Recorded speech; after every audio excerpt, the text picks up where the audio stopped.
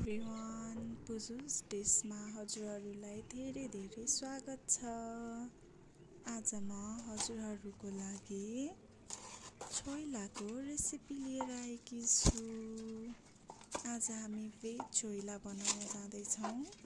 ल सुरु गरौँ है त। यसलाई चाहिने सामग्रीहरूबाट हामीलाई यसको लागि लसुन, धनियाँ, प्याज, कोलभेडा, अदुवा त्यस्तै गरेर मस्यौरा चाहिन्छ। यसको लागि चाहिँ हामीले चाहिने सामग्रीहरू काटेर रेडी गरौँ। हामीले यसको लागि चाहिने सबै सामग्रीहरू काटेर रेडी गर्नेछौँ।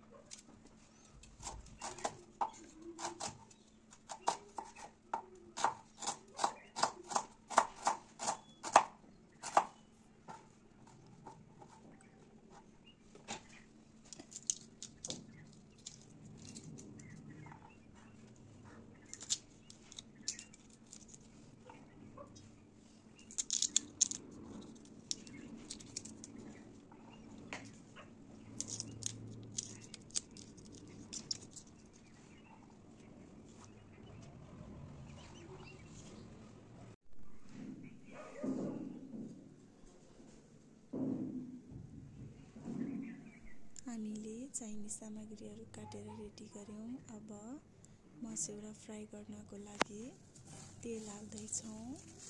ल हेर्नुहोस्, मस्यौरा फ्राई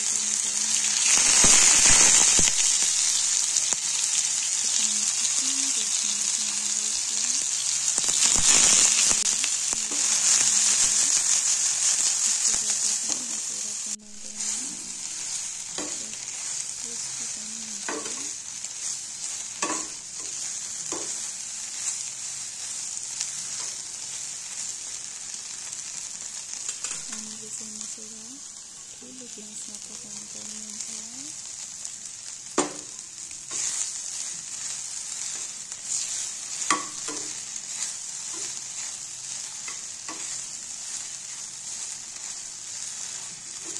मस्यौरा चाहिँ परिवारको भइसकेपछि हामीले ग्यास बन्द गर्नेछौँ। ल यसको लागि हामीलाई नुन, बेसार, थोरै रातो धुलो खुर्सानी सबै मिसाएको मसला खुर्सानीलाई हल्का फ्राई गर्नेछौँ। यसको चाहिँ हामीले बिहा फाल्नुपर्छ। यसो गर्दा चाहिँ राम्रो कलर आउँछ।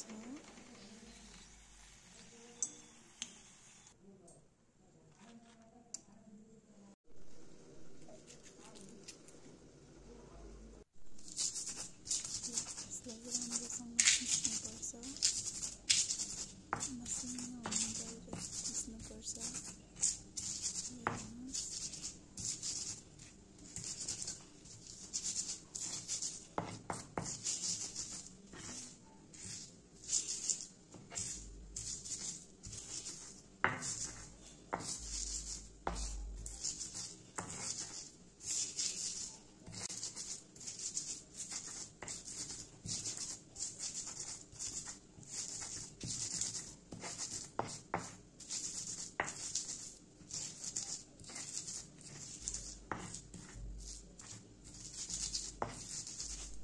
यतिको भएपछि चाहिँ छोइलाको लागि पर्फेक्ट हुन्छ।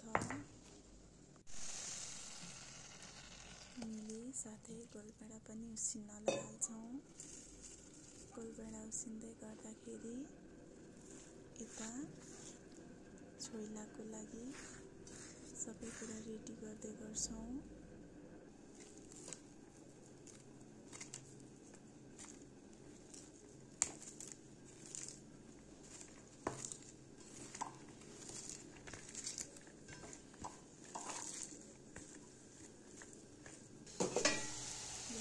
ढक्कन पनि निकाल्छौँ।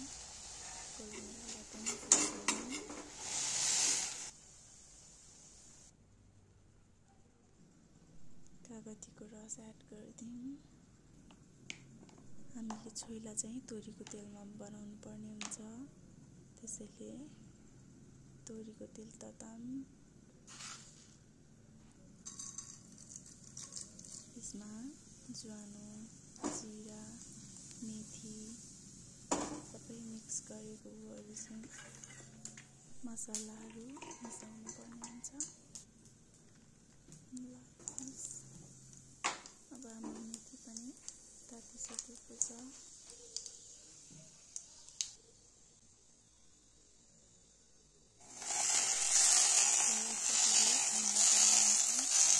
तोरीको तेलले चाहिँ मिठो स्वाद ल्याउँछ छोइलालाई।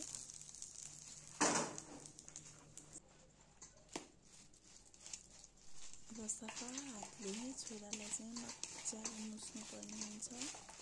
मजाले जति चलाइन्ची बनाउँदाखेरि चाहिँ छोइलाको भित्र पनि सबै मसलाहरू पस्छ र स्वादिलो हुन्छ। यसै गरी राम्रोसँग चलाउनु पर्ने हुन्छ।